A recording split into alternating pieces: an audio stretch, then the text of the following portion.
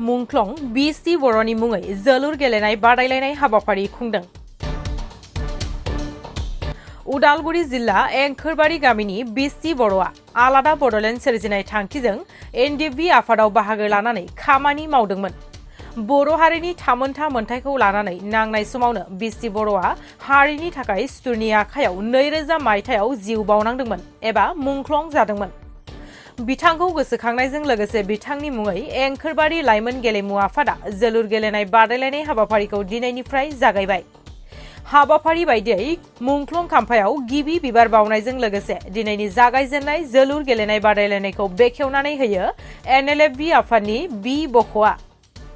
बे समाव बेखेवगिरि बि बख' आरो सेथि नैथि बान्थानि दान होगिरि एक्स एनडिएफबि सोरां बसुमतारी आरो मुंख्लं बिसि बर'नि असे फंबाय बिथांमोना खौरांनि गेजेरजों मा फोरमायखो फैजों मोनथिना लानि।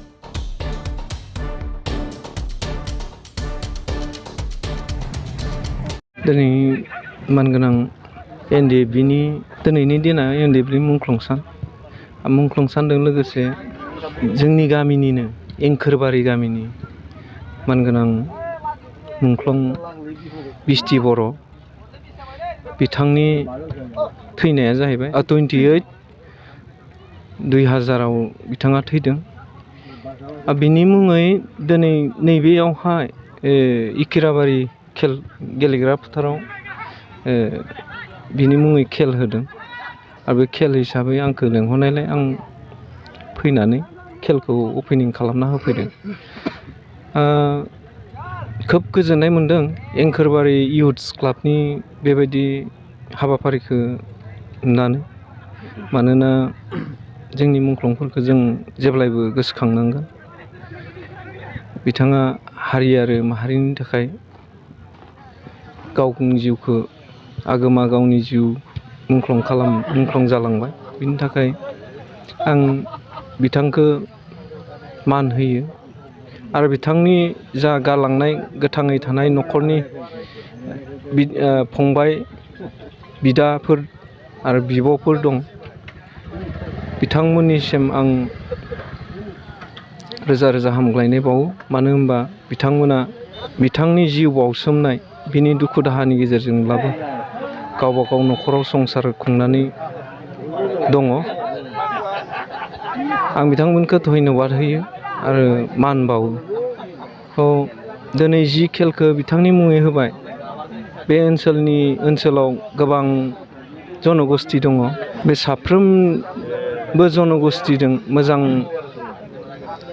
मिलन भाबै गोरोबलायनानै एंखोरबारि इयुथ्स क्लाबा जि खेलखौ दिनैनिफ्राय स्टार्ट खालामबाय, बेवहाय जेन इयुनाव जेबो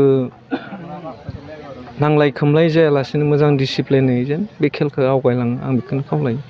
थारमाने आं गोसोखांनाया दा बे नैबे बानायाबो खेला होनो बल खेला होनो बुंनायखाय आंबो दे होजागोन, आमाइनि नामाव खेला होनि, खेलाखौ होजागोन एनडिएफबिनि नामाव मुंख्लंनि नामाव होजागोन होनना बुंबाय। ओमफ्राय दा हाबनाया बे एनडिएफबिआव हाबनाया 6 बोसोर जाबायमोन। हाबनायनि उनाव बिनि उनाव 6 बोसोरनि उनाव एप्रिलनि 28 एप्रिल माबायाव थैबाय आरो 2000आव दग्रा रेजिमेन्टआ माबाबाय गावबाय मुदुबि माबायाव महनपुरनि खोला मुदुबिनि खोलायाव। बेयाव बे अनसुंथाइखौ आं मोनाखै आरो आं बे जाथिनि हिसाबै दान होनाय हिसाबै आंबो नागिरहैयाखै। थै होनायखौ बर'लेण्डखौ जाथों बा दान होनाय हिसाबै आंबो नागिरहैनाय जायाखै आरो बिदि मोनाखैबा आंबो लायाखै फैसाखौबो। खिन्थु आं बोसोरै फालिनाय जायो, बोसोरै मावनाय जायो। थेवबो आं बिदि लेंहरनाय जायामोन आरो सारमोनखौ लेंहरनाय जायामोन। ओमफ्राय देग्लाय दा बेजों लोगोसे लाफानाय जादों खेलाजों लोगोसे। बे देग्लाय एसे मोजां खालामलांनि होननानै। बिफा दङमोन, बिमा गैया। बिफा दंमोन आरो ओमफ्राय बिफाया मेगन नुलामोन बे आदा थानाय समाव। दा आं बेखौ खावलायनो माने मोननांगौ जेब्ला सम जाबाय बेफोर मोनगोन ना साना नेना दंमोन आरो आं दा। मोनगोन मोनाखौ आं एसेबां माबाथारनांगौ बेखौ आं माबा खालामाखै आरो जेब्ला सरकारा ब्रिटिश सरकारा जेब्लासिम होयो अब्ला नाजावना लागोन होननानै।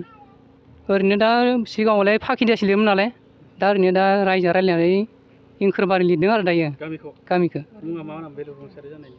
बिसि बर'। आफादआव बि बाज्रुम लायो। ओं आफादाव बिबाजों दिनैसिम सिगाङाव लाफैनायमोन सार माबाया फैनायमोन रन्जना खबर लाफैनायमोन बियो बिदिनो मिटिं खुंलाबाय माबा ओमफ्राय दासिम गैया दासिम गैथ'वा रावनिबो खबर लाफैनाय गैया खबर लाथ'वाखै दे दासिम गिबियाव नोंथांमोन साफ्रोमबो रादाब बुथुमगिरि नोंथांमोनखौ आं साबायखर बावग्रोयो मानो होनबा नोंथांमोना नैबे एकदम सान्दुं गोसानि गेजेरावबो फैनानै नैबे जोंखौ हेफाजाब होफैनायनि थाखाय नोंथांमोनखौ साबायखर बावनाय थाबाय दा नैबे फुटबल खेलानि बिखय नोंथाङा सोंबाय जेब्ला आं नैबेखौनो बुंनो सानो जे जोंनि नैबे गामि भिथोरिया ओनसोल नैबे इक्राबारि होनना बुंबा गोबाङानो मोनथियो बा गोबाङानो मोनथिया जों नैबे इक्राबारि ओनसोलाव जों बिभिन्न जाथि जन'गोष्ठिनि जों लोगोसे जों माबोरै खौसेथियै जों थायो बिनि गेजेरावनो जोंनि नैबे ओनसोलनिनो नैबे गामिनिनो एंखोरबारि गामिनिनो आंनिनो आमाय जायो बिथां बि बाज्रुम बिथांनि एक्जेक्टलि एनडिएफबिआव हाबनाय सम डेटखौ आं मिथिया खिन्थु नैबेखौ मिथिगौ थिग बिथाङा 2000 सननि 28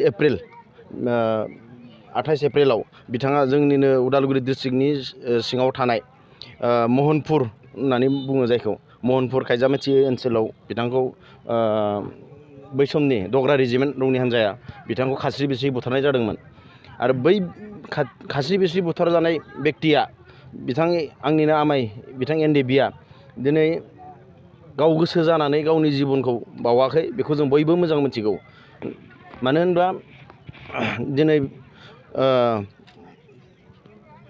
जोंनि नैबे नासयजानाय सोबख'जानाय गादबजानायखौ उदां मोननो थाखाय दिनै बिथाङाबो गावखौ बावसोमनानै जिबायदि जोंखौ बिहोमा होलांबाय जाथिखौ अननो थाखाय जिबायदि जोंखौ थुलुंगा होलांबाय जाहाथे जोंनि दा नैबे फैबाय थानाय इयुथ्सफ्रा सेंग्रा जोलैफ्रा बिथां आमायमोन मुंख्लं दिनै नट अनलि बे बि बाज्रुम गासै जोंनि बे एनडिएफबिनि मुंख्लं सोर एबसुनि मुंख्लं बिथांमोननि गासै थुलुंगाजोंनो दिनै जोङो खामानि मावलांनांगोन मानो होनबा बिथांमोना बयबो साफ्रोमबो मुंख्लङानो गावबा गावनि बेक्तिनि थाखाय रावबो जिउ गाराखै बेनिखायनो आं नैबे खेलाखौ फाथिनाय जादों बेथ' नंगौ